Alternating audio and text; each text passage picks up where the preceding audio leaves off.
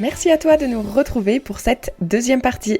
Même si je sais que tu travaillais beaucoup, mais tu avais quand même des amis, des collègues, etc. Quand tu leur parlais justement de cette histoire d'amour que tu étais en train de vivre à distance au départ en tout cas, et puis avec ces allers-retours, est-ce qu'ils t'encourageaient dans cette relation ou à l'inverse, ils étaient un petit peu réticents? C'est une très bonne question.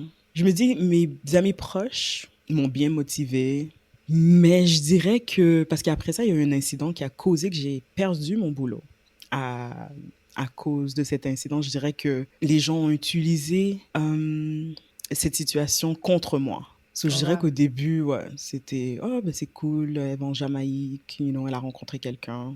Mais en même temps, je crois pas que les gens étaient vraiment sincères. Il y a toujours une part de jalousie de pouvoir avoir cette liberté de faire des va-et-vient et de vivre ta vie comme tu le veux. Mais comme j'ai dit, c'est pas comme si les gens vont te dire ça face à face. Mais aujourd'hui, je peux te dire que c'était pas franc. Parce que aujourd'hui, les gens encore me... Ben, j'ai des amis à Toronto qui vont me dire, oh, je crois il y a 2, 3 semaines, une de mes amies me disait, oh, il y a quelqu'un qui est venu me dire que apparemment toi et ton mari, vous êtes plus ensemble. Est-ce que c'est vrai? So, cette personne est venue lui dire, elle a même pas répondu. Mais en même temps, pour moi, c'est comme pourquoi vous êtes encore intéressé par tout ça? Non, C'est clair. c'est pas Pourquoi vous tes parlez de affaires. moi? Ouais, pourquoi vous parlez de moi encore? On parle 4 ans plus tard. C'est clair. Parce qu'en plus, t'es plus à Toronto maintenant. Enfin, moi, quand tu t'es présenté à moi, t'étais de Vancouver. Oui, exact. J'ai quitté Toronto en... Officiellement, j'ai quitté Toronto en 2020. Mars 2020. Malgré que je faisais les va-et-vient, mon dernier retour, c'était en janvier 2020. J'étais venue pour mettre tout, pour me débarrasser de tout dans l'appartement et vraiment faire pour quitter. Et quand j'ai quitté le 2 mars 2020 et 10 jours plus tard, c'était la fin du monde. Ouais, t'as eu chaud. Ouais, ça, c'était vraiment quelque chose. Mais du coup, qu'est-ce qui faisait que tu restais au Canada? Est-ce qu'à un moment donné, quand même, il y a eu des discussions sur où est-ce que moi, je viens vivre en Jamaïque ou est-ce que lui vient vivre au Canada? Comment elles se passent, ces discussions? Ok, so cette discussion était très délicate parce que, comme j'ai Mhm. dit, moi, de 2017 à 2019, je faisais des va-et-vient. Et lorsque je faisais des va-et-vient, on avait un téléphone du travail qu'on est responsable et qu'on n'est pas supposé voyager avec. But en tant que directrice de service, c'est impossible de te séparer de ce téléphone. Toutes les nouvelles, même si tu ne travailles pas, on te l'envoie sur ce téléphone. So moi, bien sûr, au début, j'amenais le téléphone avec moi et une fois, j'ai eu une urgence. Un de mes voyages, j'ai laissé complètement mon portefeuille au Canada. So j'ai dû contacter une amie pour qu'elle m'envoie de l'argent. Et après, je me suis juste, disons, je me suis mis à l'aise. Je ne mettais même pas le airplane mode sur le téléphone et tout. Tout en ne pas, like, je ne savais pas que mon téléphone était actif parce que j'ai toujours détesté les iPhones. J'ai toujours voyagé avec d'autres téléphones et tu sais, quand tu tournes le téléphone, ça dit oh, on a bloqué tous vos services Internet parce que votre facture. Mais avec le Mhm. iPhone, ça dit rien. So, pendant 1 an et demi, moi, je voyageais comme ça. Jusqu'en début 2019, j'ai été convoquée, soit disant que mon téléphone avait des factures élevées. Et moi, comme j'ai dit, j'étais très transparente. C'était tout le monde à Via connaissait ma vie. Ce n'est pas comme si je pouvais dire non, moi je pars pas. En Jamaïque, genre, tout le monde pouvait voir que je faisais 160 heures fatiguée et après, on ne me voit pas pendant quelques semaines. So, je lui ai dit, ben, je vais en Jamaïque avec le téléphone. Et de janvier jusqu'en avril, j'ai été investiguée. So, j'avais un processus à suivre et tout. Et je me suis retrouvée à devoir 14 000 $ en téléphone, en frais de téléphone. Oh my Et, j'ai, God. et c'était comme inconnu à la compagnie, moi je ne savais pas non plus. Et c'est ça qui m'a fait perdre mon boulot. De 2019, c'était en 2019, le mai 2019. So, c'est là que j'ai décidé, ok, c'est bon, je ne vais plus travailler pour personne. Bien sûr, c'était de ma faute, c'est pas comme si c'était de la faute de personne d'autre, mais je sais que cette faute est basée sur le fait, comme j'ai dit, que... Tu l'as pas fait exprès, quoi. Exact. Mais en même temps, je sais que c'était basé sur le fait, comme j'ai dit, de cette blessure. Comment tu traites tes travailleurs, ça, il y a une répercussion tôt ou tard. Alors, ça a été la répercussion parce que ça m'a Mhm. vraiment mené à voir cette vie de toujours voyager et de pas vraiment prioriser le travail ou les règles du travail d'une certaine manière. Ça a été très bouleversant parce que je m'attendais pas à perdre mon boulot de cette manière, ni ma réputation d'une certaine manière aussi. Et ça m'a vraiment poussé à me réinventer. So, de 2019, j'étais vraiment en freelance. So, c'est là que j'ai décidé de poursuivre enfin mes passions. Parce que quand j'étais directrice de service à bord, je faisais beaucoup d'annonces. Et j'entends toujours les gens qui me disent « Oh, t'as tellement une belle voix, pourquoi tu fais pas, doubleur ou audiobook ou des trucs comme ça. » Et c'est ça qui m'a intriguée. Je m'en rappelle, c'est un passager qui a vraiment ouvert mon esprit à faire du voice acting. So, quand j'ai décidé, d'explorer ce domaine, c'est là que j'ai appris qu'il fallait faire extra, être dans les films, faire tes heures pour pouvoir faire partie d'une union d'acteurs ou de professionnels pour être protégé, être mieux rémunéré et tout ça. So, c'est ça qui m'a vraiment lancé dans le showbiz. C'est comme ça que j'ai appris à propos du podcast et j'ai commencé à rencontrer d'autres podcasteurs et vraiment, c'est tourné dans une passion.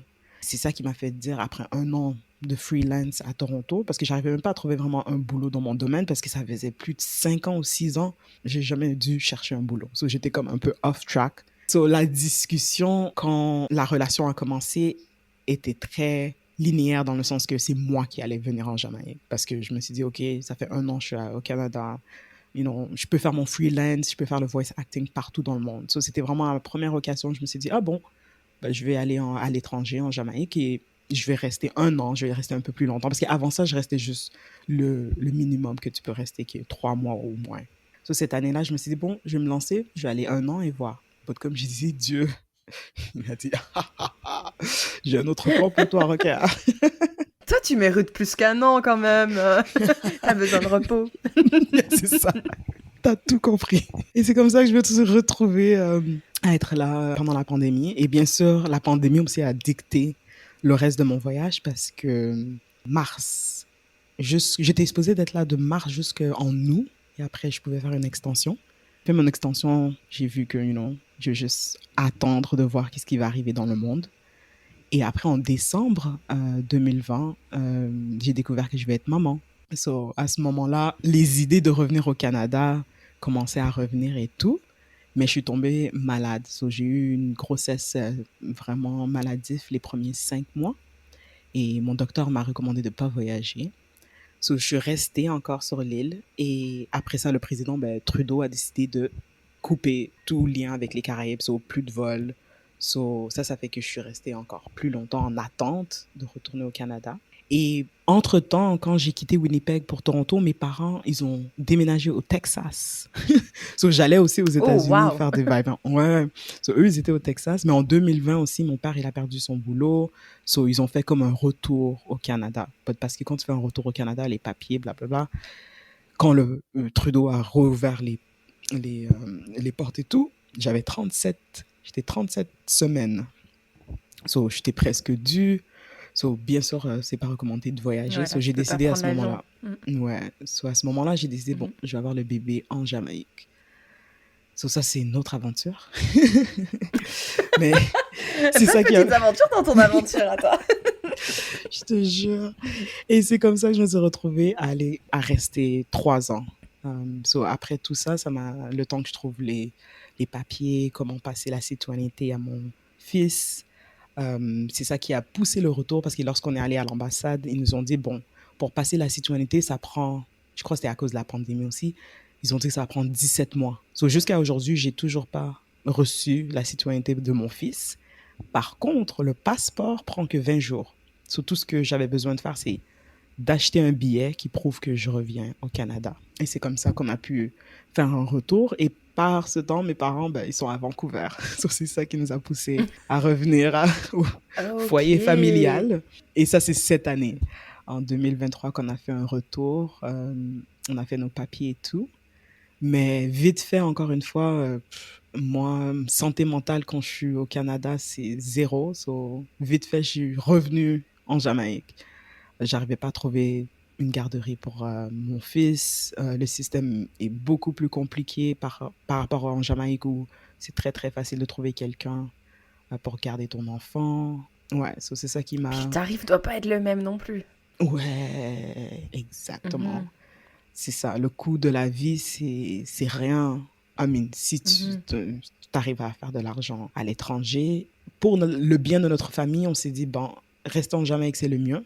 Mais bien sûr, on a des plans éventuellement de sponsoriser toute la famille et de venir au Canada. Mais je crois que c'est vraiment plutôt pour qu'on n'est pas séparés si on devait voyager. Et aussi pour les enfants, on s'est décidé un jour, parce que comme j'ai dit, on a 2 garçons. J'ai mon garçon, c'est le deuxième de mon mari, et il avait son fils aussi. Mhm, Ça leur ouvrir des portes pour peut-être étudier au Canada. Mais nous, franchement, mhm. moi et mon mari, on est vraiment des gens qui veulent avoir leur propre petite ferme, avoir leur propre, planter nos fruits, les essentiels de la vie et vraiment la vie simple. Parce que le retour en Jamaïque, c'était vraiment le retour à la vie simple. Au début, on habitait à Negril, qui est très touristique. Mais pendant la pandémie, c'était mort. Il n'y avait pas de touristes. Ça, c'était très calme, mais le coût de vie était ridicule. So, pour nous, on a vraiment fait un retour dans le milieu où mon mari y vit. So, maintenant, j'habite, ça s'appelle Lucy, so, c'est dans le parish of Hanover. On habite dans les montagnes. So, la nature partout, c'est paisible. Mhm. Bon, à part les, les poulets, là, qui font trop de bruit. Mais en tout cas, Mais en tout cas, ouais, histoire incroyable que du coup, moi, j'avais eu l'occasion d'écouter un petit peu en avant-première pendant notre rencontre et je me suis dit, il faut obliger qu'on la raconte au micro de Fille Expat parce que je pense, je ça me trouve ça. fait plaisir. En plus, je connaissais pas l'histoire de qu'il y avait un orage qui t'a fait atterrir ailleurs, tu vois. Je me dis, c'était le coup de foudre avant le coup de foudre, quoi. C'est tellement beau, j'adore. Ouais, Est-ce qu'il y a autre chose que tu voudrais ajouter avant que je te pose ma petite question finale? Non, et pose-moi ta question finale. Ma petite question finale, c'est du coup, parce que donc t'es quand même, bon, même si t'étais jeune quand t'es partie du Sénégal, mais bon, maintenant t'as entre guillemets quitté un peu le Canada pour la Jamaïque. Donc avec du recul, quelle est la plus grande leçon que tu as apprise sur toi-même? Hmm, une bonne question. Je dirais que, parce que la découverte de soi, c'est vraiment un voyage. Je dirais que la leçon que j'ai apprise, c'est d'être moi-même. Que d'être moi-même, c'est le vrai succès. Parce que en tant que enfant qui a immigré à l'âge de 7 ans et qui a toujours voyagé, toujours sur le go, je me dis, toutes ces tentatives étaient pour appartenir ou être comme les autres.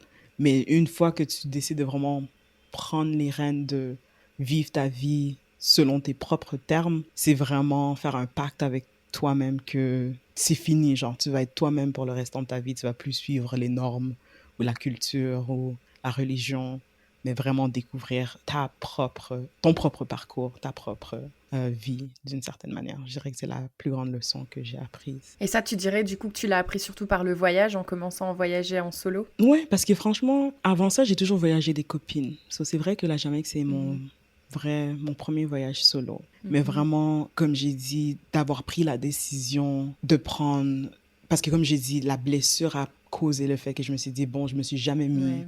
en premier plan. J'ai toujours mis les autres en premier plan. Et je crois qu'une fois que tu vas dans un pays et que t'as pas d'amis, t'as pas de point de repère, tu te rends compte que c'est toi, t'as juste toi-même. Je crois qu'il y a une expression en anglais Mhm. qui dit wherever you go, here you are.